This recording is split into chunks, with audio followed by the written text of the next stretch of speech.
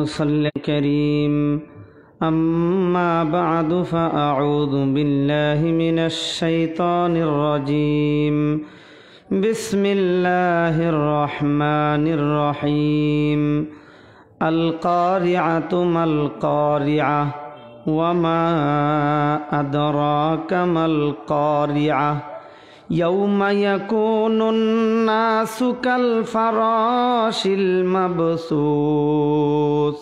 وتكون الجبال كالعهن المنفوش فأما من ثقلت موازينه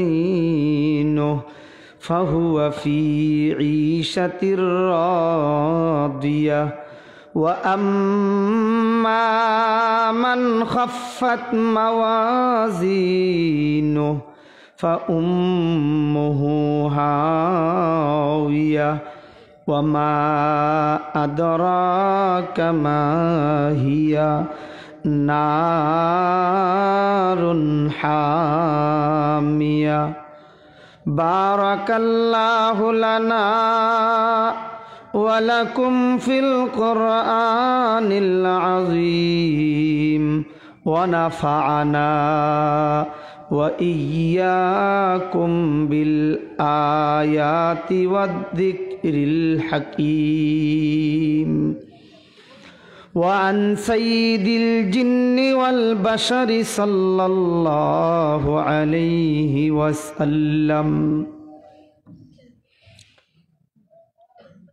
من حافظ على الصلوات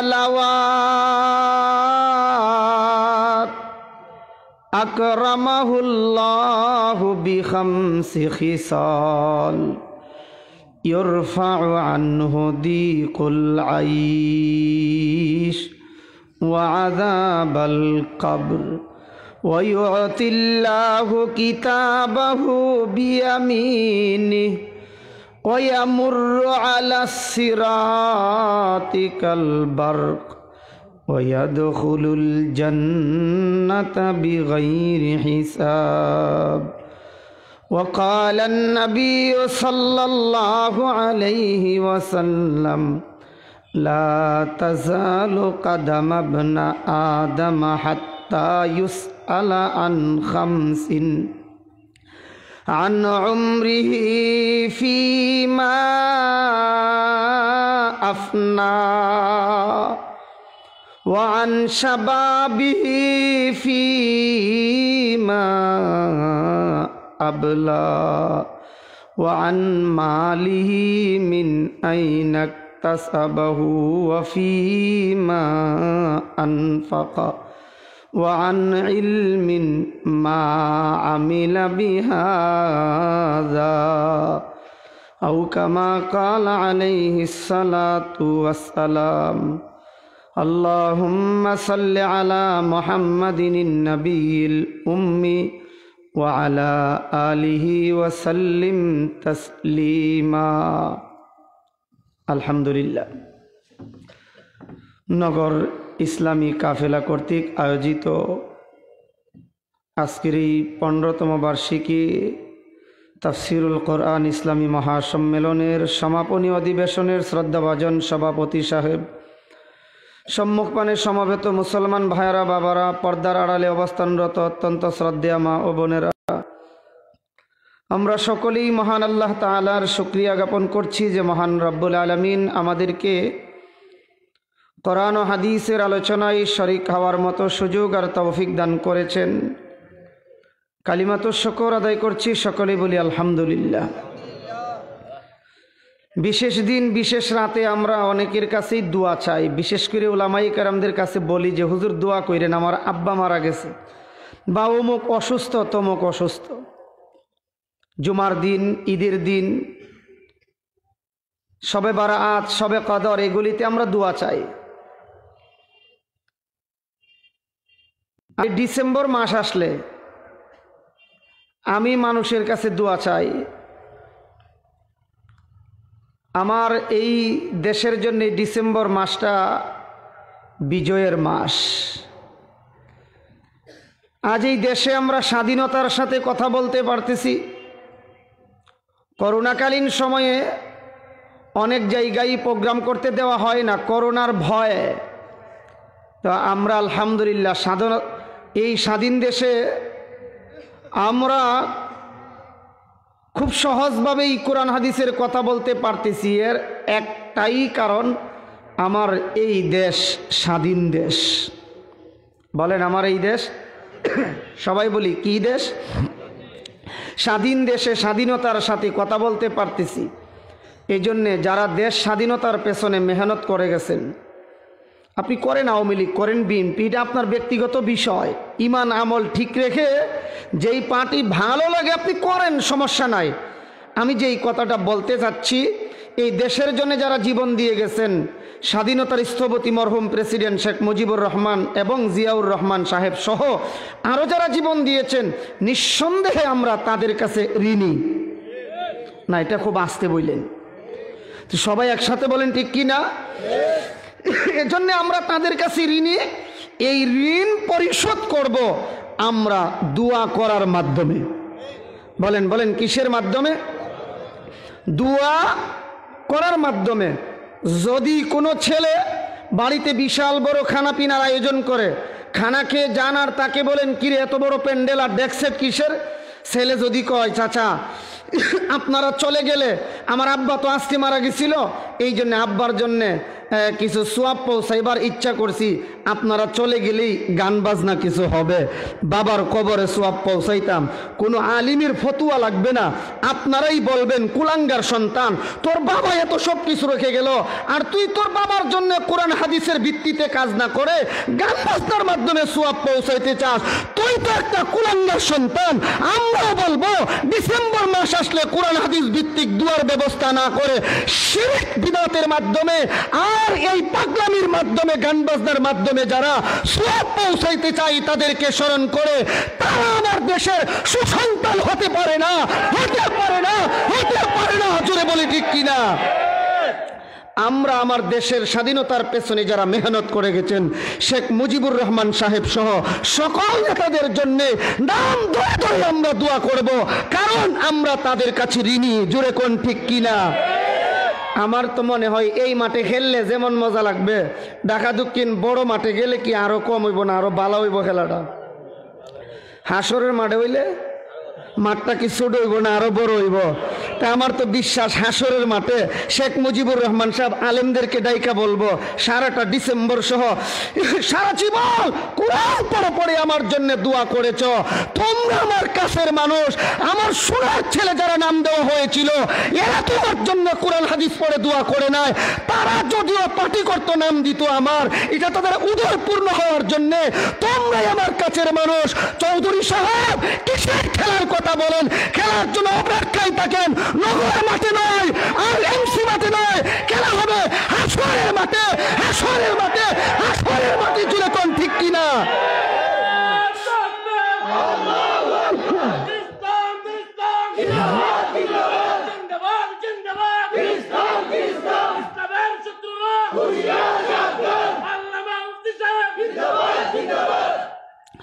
দুঃখ লাগে মাঠে আসার সময়, অনেক সময় কানে কানে বলা হয় হুজুর সাবধান, আওয়ামী লীগের বিরুদ্ধে যেন কোনো কথা না হয়। লজ্জা লাগার তো কথা, আমরা তো আওয়ামী লীগ বিরোধী না, আমরা তো ওই সকল দালালদের বিরোধী যারা আমার দেশকে বিক্রি করতে চায়। জোরে কোন ঠিক কিনা? আজকে জুমার সময় শেখ মুজিবের নাম বলে দোয়া করলাম, এক মুরব্বী কই হুজুর মুজিবুর রহমান সাহেবের নাম বললেন, জিয়াউর রহমান সাহেবের নাম বললেন। আমি বললাম আপনার সমস্যাটা কোন জায়গায়? মুজিবুর রহমান সাহেব দেশের জন্য জীবন দিয়েছেন, জিয়াউর রহমান সাহেব একজন দেশপ্রেমিক, তাদের জন্য দোয়া করলে যদি আপনার এত গায়ে চুলকানি আসে, তো রাজাকার নম্বর 1 তো আপনি। রাজাকার তালাশ করি কোথায় গিয়ে? আমি বললাম রাজাকার তো আপনাকেই বলা যেতে পারে। শেখ মুজিবের জন্য দোয়া করলে যদি আপনার চুলকানি আসে, তো এটা তো আপনাকেই রাজাকার নম্বর 1 বলা যেতে পারে। আমরা শেখ মুজিবের পক্ষে কথা বলি, কারণ তিনি একজন দেশপ্রেমিক ছিলেন, উনার মাথায় টুপি ছিল, উনার মায়ের হাতে তসবি ছিল, উনার বাবার মাথায়ও টুপি ছিল। জোরে কোন ঠিক কিনা? এই জন্য আমরা সকলের জন্য দোয়া করব যারা দেশের জন্য জীবন দিয়ে গেছেন। কষ্ট হচ্ছে আপনাদের? আলোচ্য বিষয় অনেক লম্বা, তবে সময় কিন্তু 11টার ভিতরে বিরহমাতিকা ইয়া আরহামার রাহিমিন সহ এর ভিতরেই ইনশাল্লাহ আমরা শেষ করতে ইনশাল্লাহ সচেষ্ট হব। আরে ভাই, আমাদেরকে যে অনুমতি দিয়েছেন এটাই তো শুকরিয়া আদায় করা দরকার।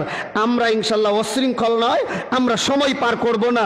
কর্তৃপক্ষ যে নির্ধারিত টাইম দিয়েছেন 11টার ভিতরে শেষ করা, আমরা এর ভিতরে ইনশাল্লাহ শেষ করব। আসুন মূল আয়াতের দিকে যাই। আল্লাহ তাআলা আমাদেরকে যে নিয়ামত দিয়েছেন,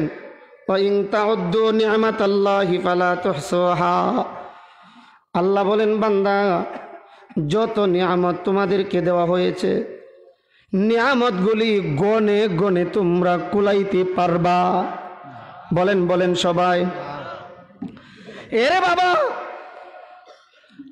আমাদের দেশে যে বিদ্যুৎ বিল দেওয়া হয় 500 টাকা বিল আসে, 1000, 2000, 3000 টাকা বিল আসে, আবার কোনো বাড়িতে 5000ও বিল আছে, আবার দোকান বা ফ্যাক্টরি মিল ফ্যাক্টরিতে 4-5 লক্ষ টাকাও তো বিল আসে প্রতি মাসে। ঘুমাই গেলেন কেন কেমন? তুই ঢাকা দক্ষিণ এলাকা তুই আইসি না, আর কোনো এলাকাতে আল্লাহ জানে। একটু জোরে বলেন ঠিক কিনা? এত টাকা বিল আসে, একটু বাতাস গ্রহণ করলেন, ইলেকট্রিক ফ্যান চললো আর লাইট দিল। এ বাবা, আল্লাহ তাআলা আমাকে আপনাকে যত নিয়ামত দান করেছেন এর মধ্যে একটা নিয়ামত, বড় নিয়ামত হলো শ্বাস নিঃশ্বাস। গড় দিলে আমাদের এলাকায় গ্রামাঞ্চলে যে বিল দেওয়া হয় বিদ্যুৎ বিল, কারো 500, কারো 2000, কারো 1500, কারো 800, কারো 700, আমার তো মনে হয় গড় দিলে অন্তত 1000 করে হবে। বলেন বলেন ঠিক কিনা? 1000 টাকা বিল দিলে 12 মাসে কয় হাজার? তাহলে এক বছরে বলেন, এক বছরে 12,000 যদি বিল দেওয়া হয়, মাঝে মধ্যে ফ্যানটা চালাইবার কারণে নাকি 24 ঘন্টা এক নাগারে ফ্যান চলে। 24 ঘন্টা এক নাগারে ফ্যান চলে। শীতকাল আসলে তো বন্ধ থাকে। আমার আল্লাহ যে আমাদেরকে নিয়ামত দান করেছেন শ্বাস নিঃশ্বাস, শ্বাস নিঃশ্বাস যে আমরা প্রতি মুহূর্তে আনতেছি আর নিতেছি, এ বাবা যদি বন্ধ করে দেওয়া হয়, ভিতরে নিলাম আর বাহিরে ফেলতে পারি না, অথবা বাহিরে ফেলে দিলাম আর ভিতরে নিতে পারি না, বাবুগিরি আর বাহাদুরি, কথা কন না কে? বাহাদুরি সব শেষ। আমার আল্লাহ এই যে নিয়ামতটা দান করলেন, এই জায়গায় যদি একটা মিটার লাগাইয়া দিতেন, মিটার সারাদিন চললে কয়বার শ্বাস আনা নেওয়া করলে বিদ্যুৎ বিল দেওয়া লাগবে, আমার মনে হয় বাড়িঘর বিক্রি কইরেও আমরা এই নগরবাসী আর ঢাকা দক্ষিণ এলাকার মানুষ বিল দেওয়া সম্ভব হইতো না। কি বলেন ঠিক কি না? এজন্য আমার আল্লাহ বড় মায়া করে ডাক দিয়া কয়, ইয়া আইয়ুহাল ইনসান মা গাররাকা বিরাব্বিকাল কারীম আল্লাযী খালাকাকা ফাসাওয়াকা ফাআদালাক। এ ইমানদার বান্দারা, ও আমার বান্দাগণ, ও ইনসানেরা, সকল মানুষকে ডাক দিয়া কইয়া আইয়ুহাল ইনসান মা গাররাকা বিরাব্বিকাল কারীম, কে তোমাদেরকে, কোন জিনিস তোমাদেরকে দয়াময় প্রভু থেকে ধোঁকা দিল, বিমুখ করে দিল?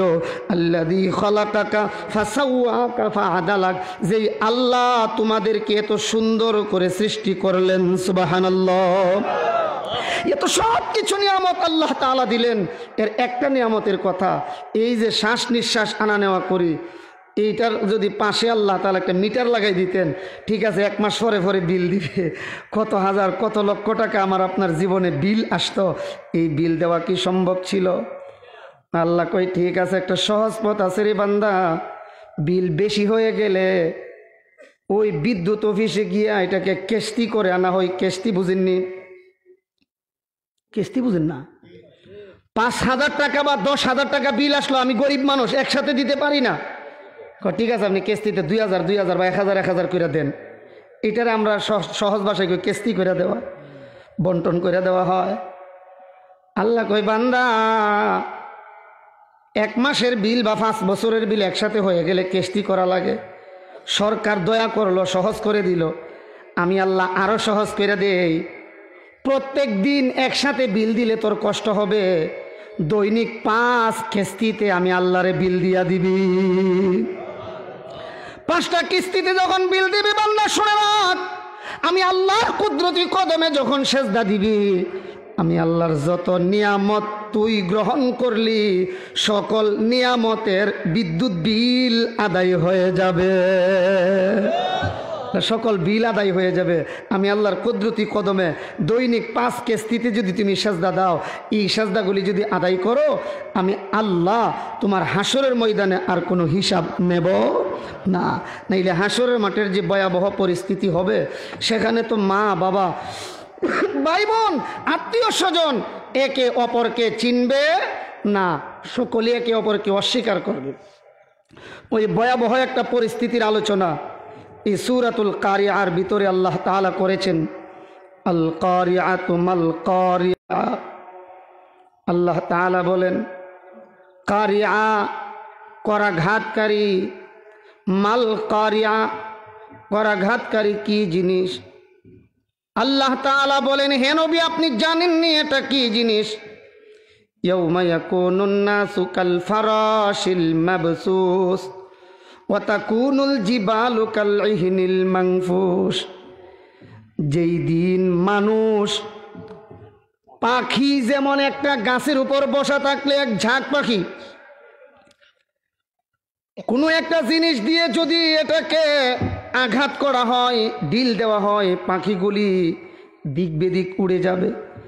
আল্লাহ তাআলা বলেন কিয়ামতের দিন তো এমন অবস্থা হবে, ইয়াউমা ইয়াকুনুন নাসু কাল ফারাশিল মাবসুস, পতঙ্গ পালের মতো পাখির মতো মানুষ যেন দৌড়াদৌড়ি শুরু করে দিবে।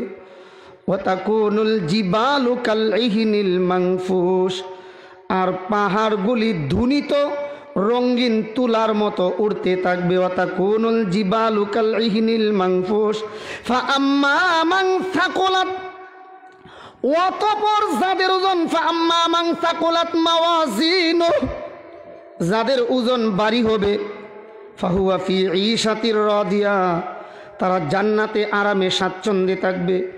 ওয়া আম্মা মান খাফফাত মাওয়াজিনু, যাদের ওজন হালকা হয়ে যাবে, ফা উম্মুহু হাওয়া, তাদের ঠিকানা হবে জাহান্নাম।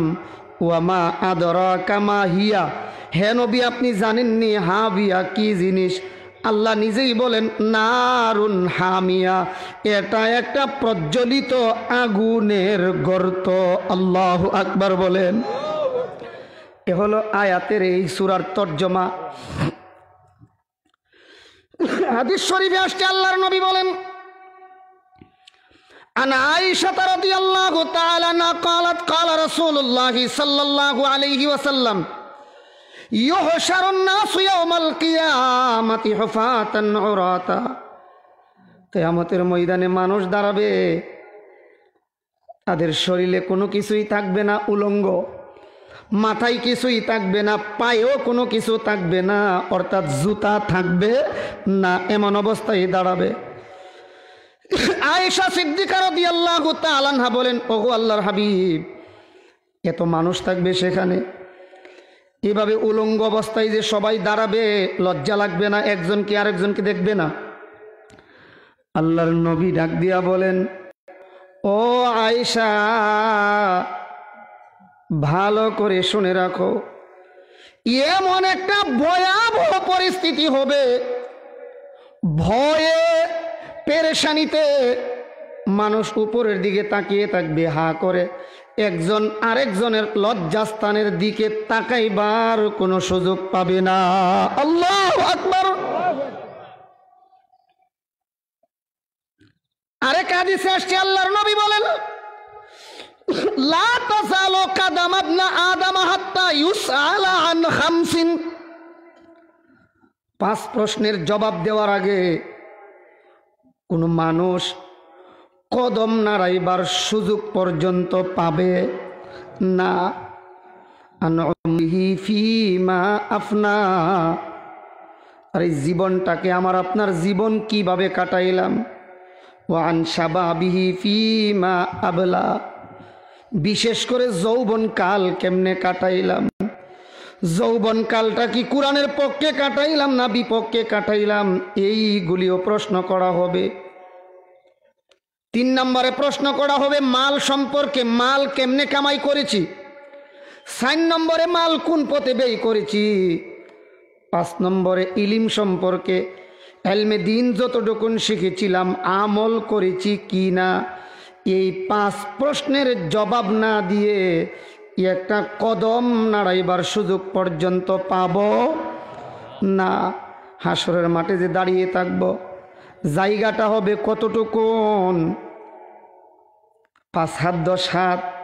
না না না, প্রত্যেকের জায়গা হবে পায়ের 2 কদমের, যে পায়ের তলা আছে না, পায়ের তলা, 2টা পায়ের তলা রাখতে যতটুকুন জায়গা লাগে ততটুকুন জায়গায় আমার আপনার প্রত্যেকের বন্টনে পড়বে। ঠাই দাঁড়িয়ে থাকতে হবে হাসরের ময়দানে। সূর্যের পাওয়ার ক্ষমতার 70 গুণ বাড়িয়ে দেওয়া হবে। সূর্য আধা হাত উপরে চলে আসবে 9,30,00,000 মাইল দূরে। এখনই যদি এই অবস্থা হয়, আধা হাত উপরে আসলে কেমন অবস্থা হবে একটু অনুমান করা দরকার, কি বলেন ঠিক কি না? এজন্য তাফসিরের কিতাবে উল্লেখ করা হয়, আল্লাহর নবী বলেন হাসরের ময়দানে আমার উম্মতের 3টা অবস্থা খুব ভয়াবহ হবে। কয়টা অবস্থা? মাশাআল্লাহ জোরে কোন, কয়টা সময় খুব ভয়াবহ হবে? 1 নম্বর আমল নামা হাতে দেওয়ার সময়। বলেন আমল নামা। 2 নম্বরে আমল নামা ওজন দেওয়ার সময়। 3 নম্বরে ফুলসিরাত পার হওয়ার সময়। 3টা সময় সবচেয়ে বেশি ভয়াবহ হবে। আল্লাহর নবী বলেন আমল নামা যখন হাতে দেওয়া হবে, আল্লাহ তাআলা বলবেন কাফিরদের আমল নামা কাফিরদের হাতে দেওয়া হোক। নাস্তিক বেদিন বেঈমান যারা, তাদের আমল নামা তাদের হাতে দেওয়া হোক। বাম হাতে তাদের আমল নামা দেওয়া হবে, তবে আমল নামা নেওয়ার জন্য তারা ডান হাতটাই বাড়াইয়া দেবে। আল্লাহর হুকুমে ফেরেশতারা নাস্তিক বেঈমান কাফিরদের ডান হাতটাকে কাঁধের সাথে গলার সাথে আইনা খুব শক্ত করে বেঁধে ফেলবে। ইচ্ছা করলেও ডান হাতটা সামনে নিতে আর পারবে। এবার বুঝে থাকলে বলেন তাদের আমল নামা কোন হাতে দেওয়া হবে? সোজা হাতে না। তাফসীরের কিতাবে লেখা হয় বাম হাতটা এমনি রাখবে। না না না, বুকটাকে ছিদ্র করে ফিরিস্তা সুন্দর কইরা টান দিয়া বাম হাতটাকে পেছন দিক দিয়া নিবে। পেছন দিকে নিয়া আমল নামা তার বাম হাতে দেবে। মুখ আর চেহারা চোখ সামনের দিকে, আমল নামা কোন দিকে? পেছন দিকে আমল নামা। এখন আমল নামা পড়বে কিভাবে? কোরআনে উল্লেখ করা হয়, তাফসীরের কিতাবে উল্লেখ করা হয়, বাম হাতে আমল নামা পেছনে নিয়ে দেওয়ার পরে পড়বে কিভাবে? পড়ার জন্য আল্লাহ বলবেন এক কাজ করো, বলে কি? এই যে তার ঘাড় সামনের দিকে আমল নামা, বলেন বলেন সবাই বলেন, আমল নামা, চেহারা, চোখ, আল্লাহ বলবেন ফিরিস্তা এক কাজ করো, তার ঘাড়টাকে এইভাবে মুছর দিয়া গাড়টাকে মটকাইয়া পেছন দিকে করে দাও।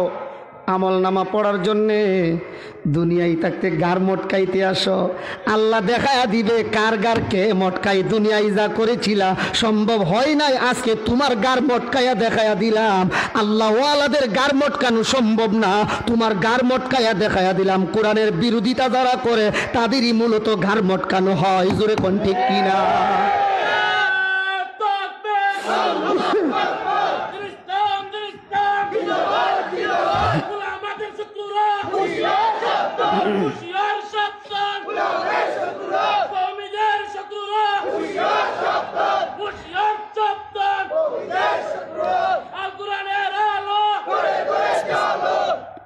আল্লাহর পক্ষ থেকে আবার বলা হবে, কি বলবেন?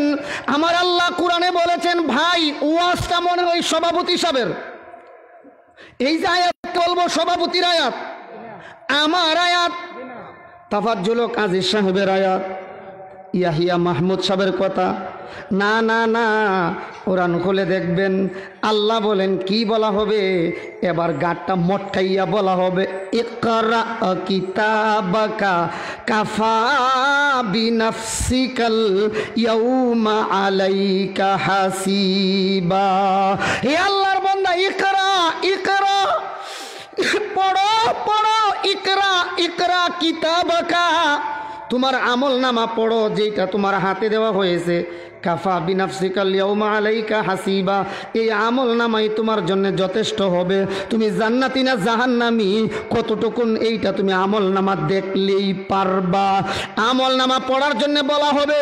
এবার আল্লাহর বান্দা আমল নামাটা পড়বে, পড়ে বলবে, ইয়া ওয়াইলাতা মালি হাযাল কিতাব। আল্লাহু আকবার। ইয়া ওয়াইলাতা মালি হাযাল কিতাব লা ইউগাদিরু সগীরাতাও ওয়ালা কাবীরাতান ইল্লা আহসাহা ওয়া ওয়াজাদু মা আমিলু হাদিরা। আল্লাহু আকবার। আল্লাহ তাআলা বলেন, বান্দা এই আমলনামা পয়রা চিৎকার করে ডাক দিয়া বলবে, আল্লাহ।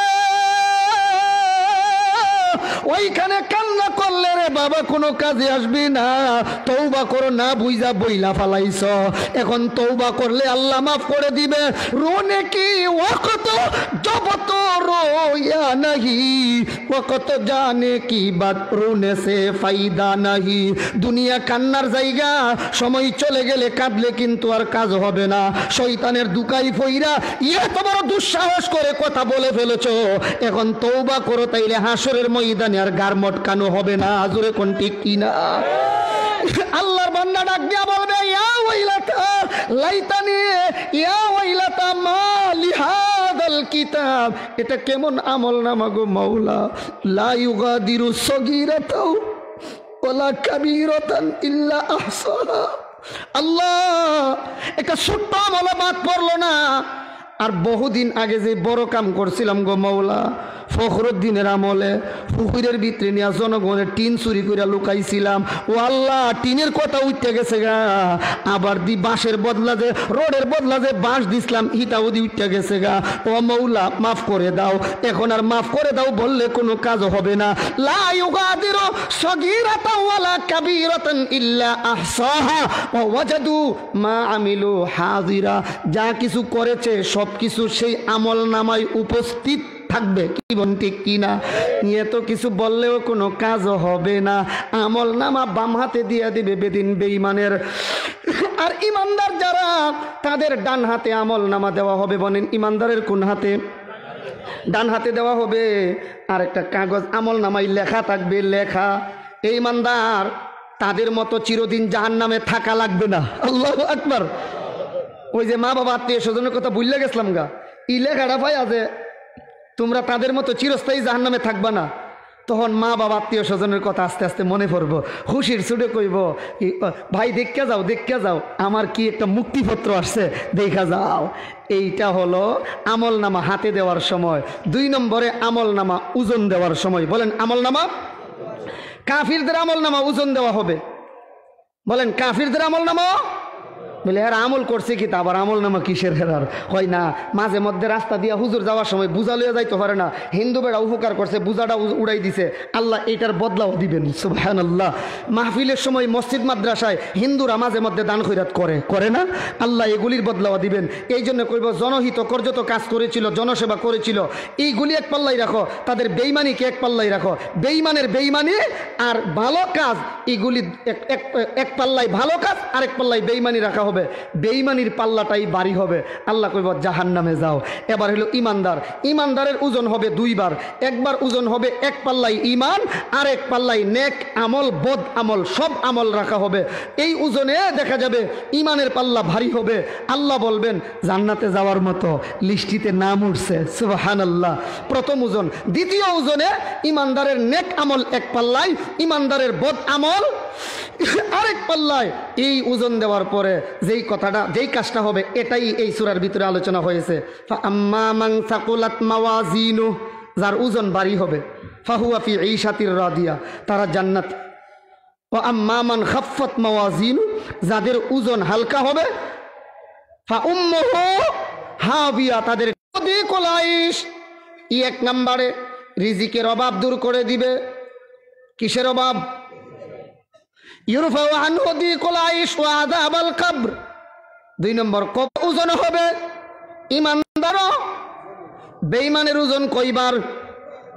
ইমানদারের ওজন দুইটা ওজনের কথা শুনলাম। তাফসীরের কিতাব নূরুল কুরআন 30 নম্বর খণ্ড 373 নম্বর পৃষ্ঠায় উল্লেখ করা হয়, দুই দল মানুষের কোনো ওজন হবে না। কয় দলের? এর মধ্যে প্রথম দলটা হলো নবীগণ, রসুলগণ, আম্বিয়ায়ে কেরাম। তাদের কোনো ওজন হবে না, কারণ তাদের কোনো গুনাহ নাই। নাই বলেন, তাদের কোনো গুনাহ। সাথে সাথেই লেখা হয় আমার মতো আপনার মতো সাধারণ পাবলিক যারা, এমন একদল মানুষকেও ওজন দেওয়া হবে না। বলে তারা কারা? অনেক সময় মানুষ অনেক মিথ্যা কথা আপনার উপরে উঠাইয়া দিছে, প্রতিবেশী জুলুম করেছে, অন্যায় করেছে, সবর করছেন, ধৈর্য ধারণ করছেন, মামলার উপযুক্ত না, এরপরও মিথ্যা মামলা দিয়া দিছে।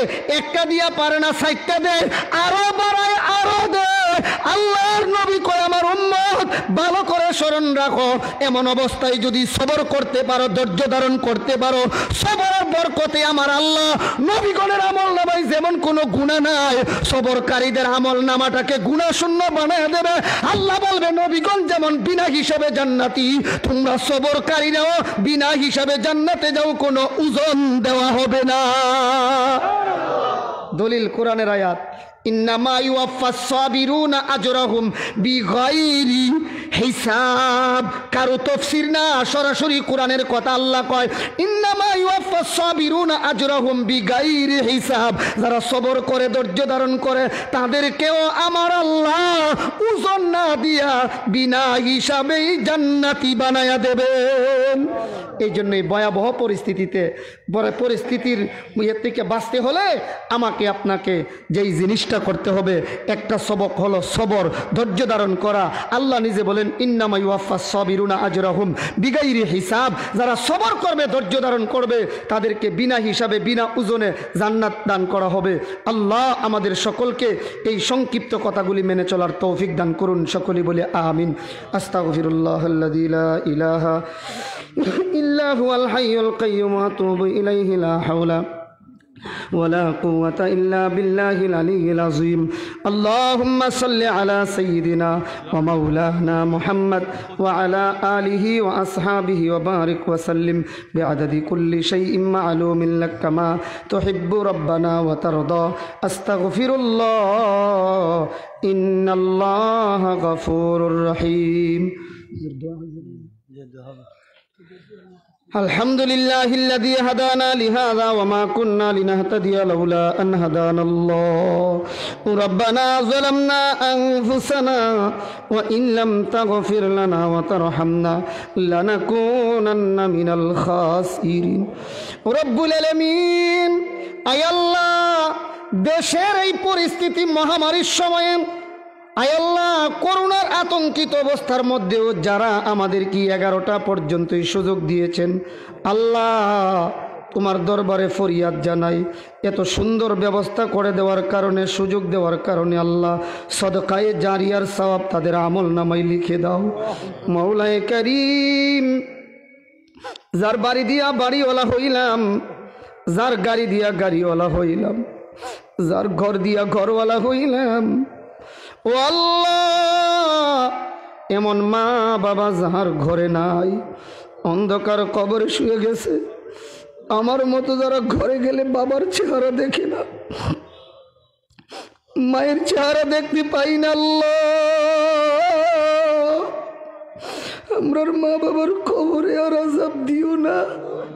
হায় আল্লাহ, অনেক অসুস্থ বিমারি আল্লাহ হাত বাড়াইছে আমাদের সাথে। মওলায়ে কারীম, এক বান্দার ঘরে খানা খেয়ে আসলাম, তারা দুই ভাই অসুস্থ, দোয়া চেয়েছেন গো মাওলা, আল্লাহ তোমার দারু শিফা থেকে শিফায়ে কামেলা নসিব করে দাও। ও মাওলায়ে কারীম, আমার দেশটাকে আল্লাহ, সারা বিশ্বকে তুমি স্বাভাবিক অবস্থা আগের মতো আবার ফিরাইয়া এনে দাও মাওলা। সকল প্রকার বিমারি থেকে আমাদেরকে হিফাজত করো। আল্লাহুম্মা ইন্নী আউযু বিকা মিনাল বারাসি ওয়াল জুনুনি ওয়াল জুযাম ওয়া মিন সাইয়িল আসকাম। আল্লাহ, আমার পার্শ্ববর্তী রাষ্ট্রে মুসলমানরা ইচ্ছা করলে গরু জবাই করে খাইতে পারে না। ও আল্লাহ, নামাজ পড়তে পারে না, রোজা রাখতে পারে না। আমার এই দেশ স্বাধীন দেশে স্বাধীনতার সাথে কোরআন পড়তে পারি, ওয়াজ করতে পারি, নামাজ পড়তে পারি, গরুর গোশত খাইতে পারি। এটা কেন মাওলা?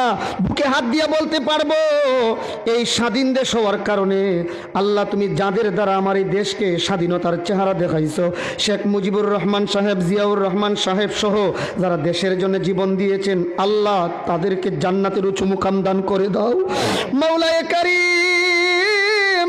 আল্লাহ, আমরা যেই কথাগুলি বলি কোরআনের পক্ষে বলি, কোরআনের পক্ষে যেন বলতে পারি, হক কথা বলতে পারি। মাওলায় তৌফিক আমাদেরকে দান করে দাও মাওলায়ে কারীম।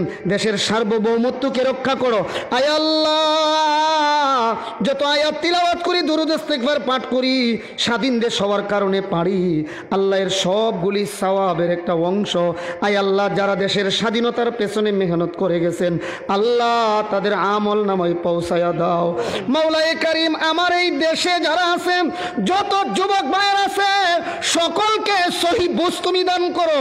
যেই কাজ করলে শেখ মুজিবের আমল নামায় পৌঁছবে, এমন ভালো কাজ করার তৌফিক দান করে দাও আল্লাহ। শিরক সব, বিদআত সহ অবৈধ কাজ সকলগুলি থেকে আমাদের যুবকদেরকে বেঁচে চলার তৌফিক দান করে দাও মাওলায়ে কারীম। আমরা যারা হাত বাড়াইছি, প্রত্যেকের দিলের জায়েজ মাকসাদ কবুল এবং মঞ্জুর ফরমাও আল্লাহ।